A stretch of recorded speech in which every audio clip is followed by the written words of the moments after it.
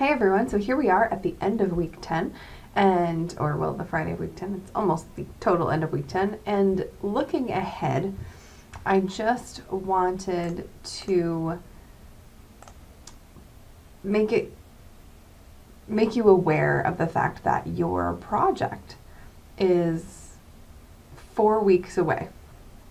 Now, I'm not suggesting you all stop everything you're doing and get started immediately, but as you're about to see, and I'm not going to go into every single thing that's in here, you're going to do that on your own. There are multiple elements to each project option. There are 2 options and you pick which one you want to do, and each option has multiple elements. So I would recommend starting soon.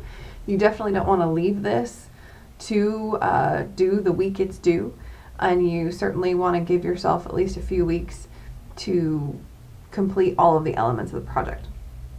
So the project is due in week 14. It's due on Sunday, November 21st. You will not turn it in week 14. I'll get to that in a second. But if you go into week 14 in our course shell, you'll see right here this folder, project instructions, videos, and rubrics. It's got everything that you need. The very first thing is an example presentation. This is for a women's history class, so the topic and the project assignment was not the same. This is just an example of someone giving a presentation. So it's recorded, and you get to, you can, if you play the slideshow, you'll get to hear the student's voice. They're going to give the presentation, and you can watch it because they've recorded it in PowerPoint, which is what you'll be doing as well. And this is just to show you how to balance content and narration. You'll notice the slides are not completely full of text. There's some text, but there's also images. The student is speaking in addition to what's on the slides. So just a kind of general example of giving a presentation, a recorded presentation. Now, as this says here too, remember that as per the rubric, which those are at the bottom, you must have your name on your title slide. I removed the student's name for privacy purposes. So the student's name does not appear on this example. Your name needs to be on your title slide when you submit a project at the end of week 14. So scrolling down, you have 2 options for this project. The first option is to create your own historical monument or a memorial. And that's got multiple elements. Like I've said, everything has multiple elements. I'm trying to stress that to you. One of them is doing existing research on at least 3 previous monuments and memorials. There's specifics on what that research looks like, what you need to include. You also need to design something for whatever person, event, moment you pick, and it's all got to be from our semester's timeline, so 1865 to about 2010. And then you also have to create a visitor pamphlet with a statement of purpose and significance for your monument. That's very brief. Please look at everything. Don't just take that and go with it, because as you can see here, I've attached the Word document of the instructions as well as a video of me going over the instructions. Your second option is an oral history interview. Because we're doing modern American history, you have the option to interview people who have lived through some of the things that we're talking about in class, especially as we get through to later weeks. So for that piece, you have to do multiple elements again, including you'll only present about half of your interview, but you do need to do a full transcript with a set number of questions as a minimum. In these instructions, there are examples of questions to ask. You need to ask neutral, non-leading questions because you don't want your interviewee to think that they're supposed to know something. And you want to get really their memory out of this and what they remember about whatever it is that you choose to ask them about. There are criteria for this person in terms of age. There are other details in those instructions as well. So again, don't just take this and think, oh, that's it. Here is the document for those instructions. Here is the video of me going over the instructions. And then I also have a handout here with just very general things to remember when you do a presentation. If we scroll down, we can see the monument and the oral project rubrics. So I'll just click on these and show you. These are pretty detailed, so you'll want to use these and the instructions together to make sure that you are following all of the guidelines and submitting a complete project.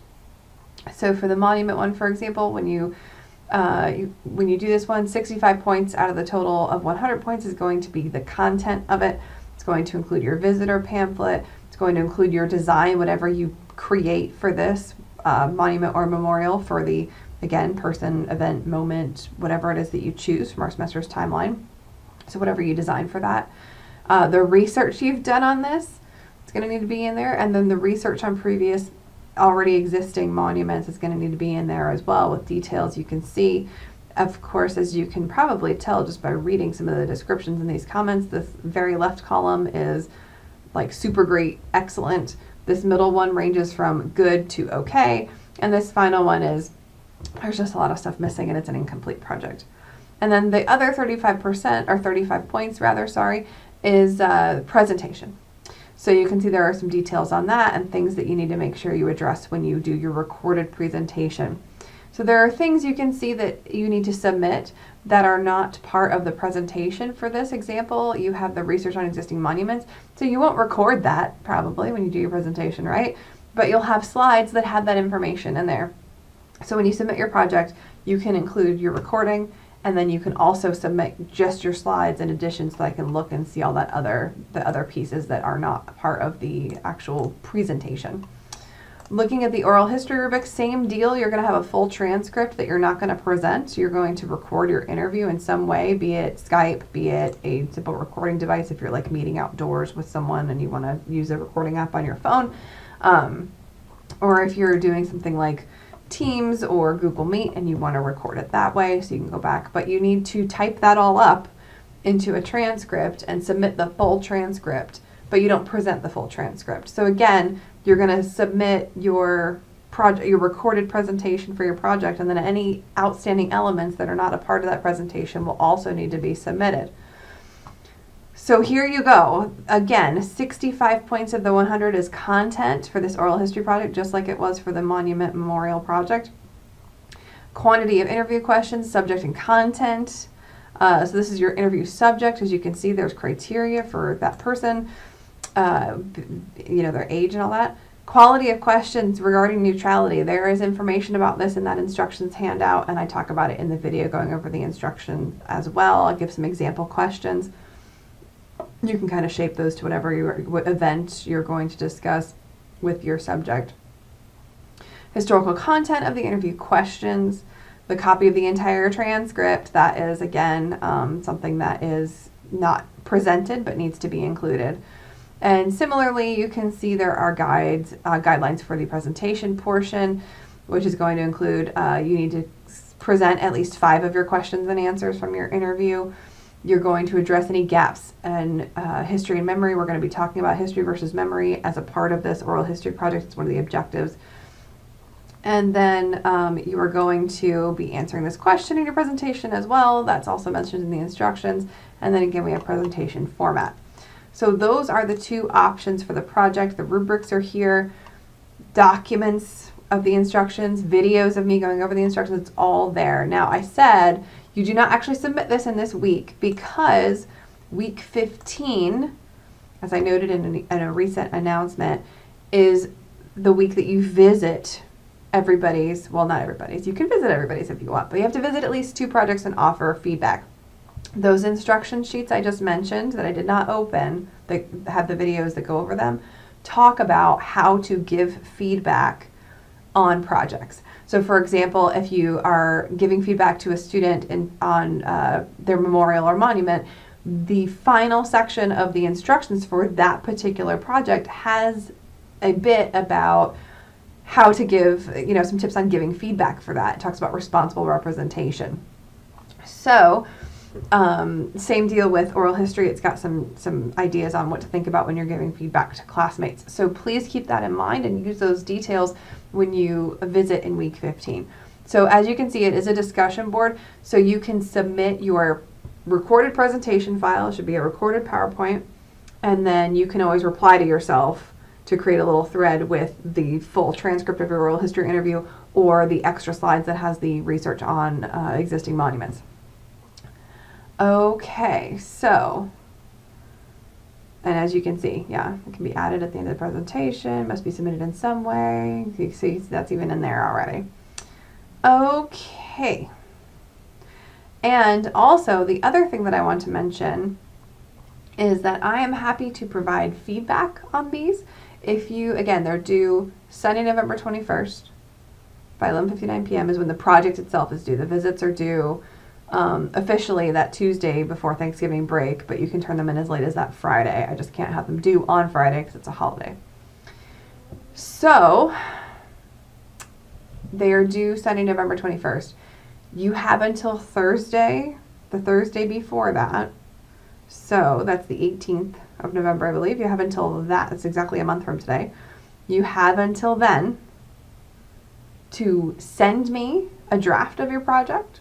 Ask me for feedback on what you're working on. You can come into office hours and meet with me virtually. I've had students do that. They share their screen. They show me what they're working on. They show me ideas for the design they want to make. They show me their full transcript, and we talk through maybe which questions they think they should present. So all of that is doable. I am here as a resource. I signed the project, I grade the project, so you might want me to offer some feedback or to show me what you're working on and maybe see if I have any additional things that I would remind you to include or maybe remove in favor of something else. You don't have to do those things, but I am available for that if you would like.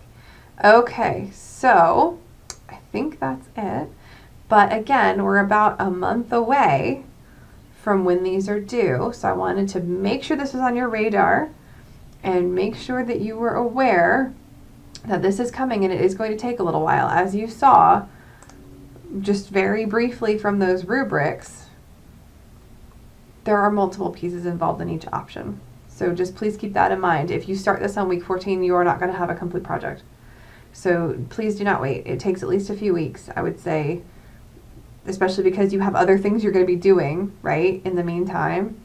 So I would definitely say you want to get started pretty soon so that you can kind of balance all the things that you have going on in your life to make sure that you do give this the time that it needs. So that would be my advice to you. And again, I am here as a resource if you have any questions or you want me to look at anything before the deadline. Again, a few days before the deadline so I can give proper feedback to you. That would be perfectly fine, and all you have to do is ask. I hope everyone has a great weekend. And again, please contact me if you have any questions about the project.